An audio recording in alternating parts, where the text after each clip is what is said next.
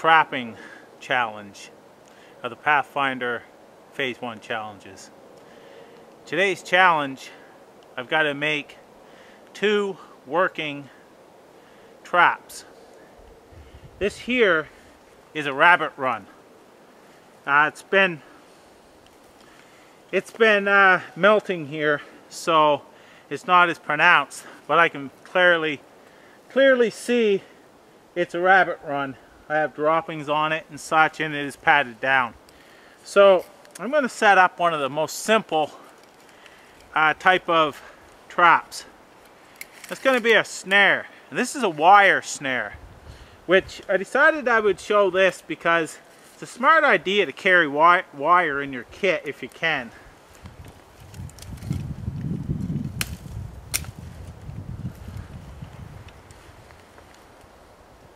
This is number 20 brass wire,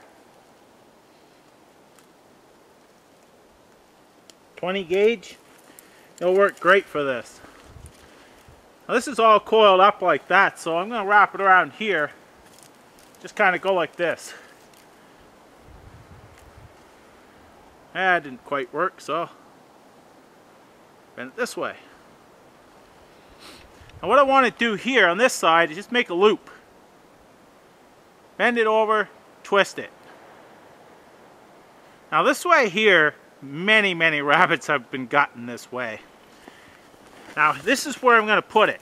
That's nice and sturdy. They're not going to rip that out of there. So what I want to do is put my snare right here, kind of deal.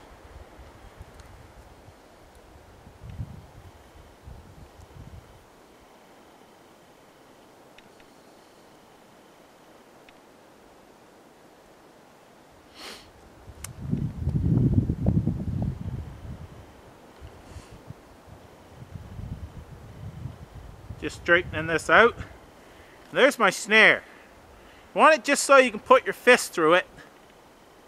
And a lot of rabbits have been caught this way. I've caught a lot of rabbits this way. And what you want is about right there, which is about 3 fingers off the ground would be perfect, because it's going to duck and go in underneath here. Now I had cut this too short, so I'm going to make my loop a little smaller. What I want to do is tie this to this stick.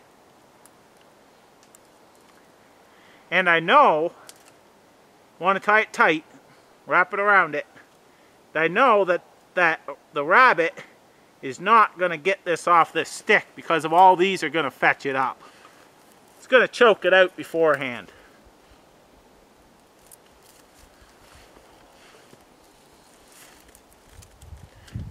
I'm not going to cut another piece of wire for demonstration, but you want this turned around like that so it's on the path. Have to manipulate it, of course.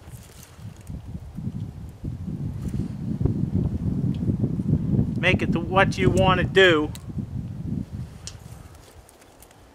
Basically right there like that.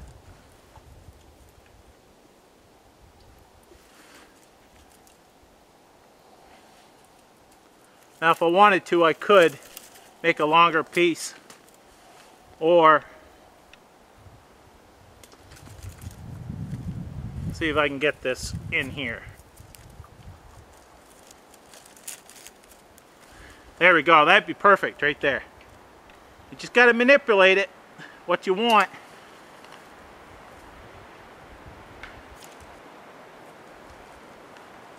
Sure it's turned around in the trail. That there would give you a good rabbit setup.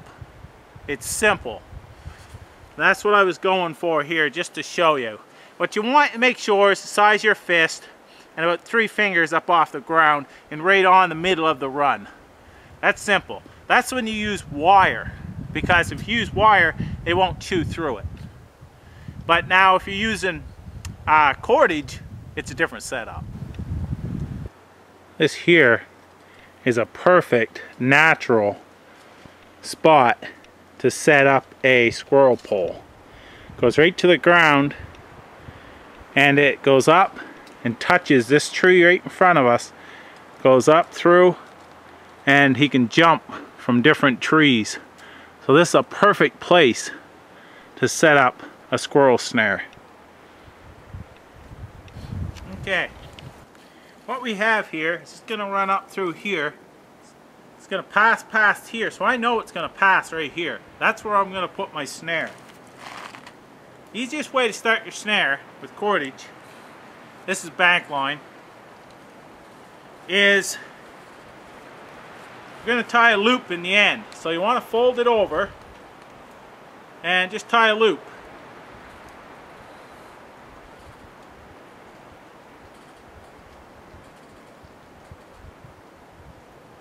Just like that. Now you can run your bank line through that loop, and that's your snare. Just like that. Want to tie this, either tie it, usually tie it around the whole tree and tie it off. I don't think I'm going to have enough here, but we'll see. Yeah, it should be good. You want to tie it off to one side. Reason why is because it's going to jump and you want it to hang over the side after it jumps off. Because once it feels it go around its neck, it's going to try to jump and get away. It's going to fall off. Now, this part here, 3 fingers should be good for that size. But how are you going to hold it there? Now that's where, with this cordage here, if this is wire, it's no problem. But with this cordage here, you're going to have to put something to hold it up off, you know, probably a couple inches, or not a couple inches, but a couple fingers high off of this log. So you want to hold up like this. So that's where you're going to use other small sticks like this to hold that up. Put one here and one on the other side as well. And sometimes you have to tie those to the tree so they'll hold it up. But we'll get those tied on.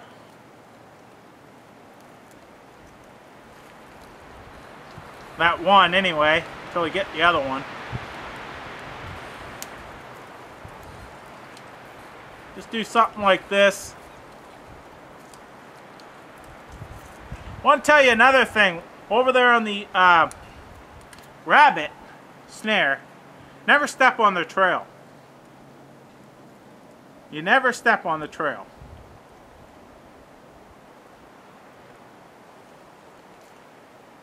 Actually, that right there is going to make him go right through that. Still 2 inches high.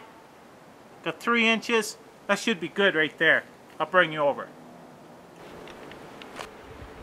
You look right up through there. You've got 2 inches high. Got 3 inches, or 3 fingers and 2 fingers high. And he's going to go around in through here and between these, and that should catch him. And if you notice, the string or the knot is on that side, so when he falls, he's going to fall over the other side. So that's your simple squirrel snare. Okay, I've taken down this snare because you don't want to leave it up unless you're going to use it. I'm not going to use this. So I know many different type of styles of traps and how to set them up. But I want to show you something simple that even with cordage you can set up. You can set up that other type of snare with cordage as well, but an animal may chew through it. So you want a spring type snare if you're going to use cordage for a rabbit. But if you only have, you know, you can use that, and you will, you know, you won't have as much of a high success rate, but you may catch something with just that type of snare, the way I showed over there using cordage. So that's going to conclude this part. And stay tuned till the next challenge, and it'll be out soon. Remember, drop by Wyndham Woodcraft and check out his channel. He's doing some good stuff. I noticed there's one bush right there in front of me. That's the way it always goes. Have a good one, and thanks for watching. Bye for now.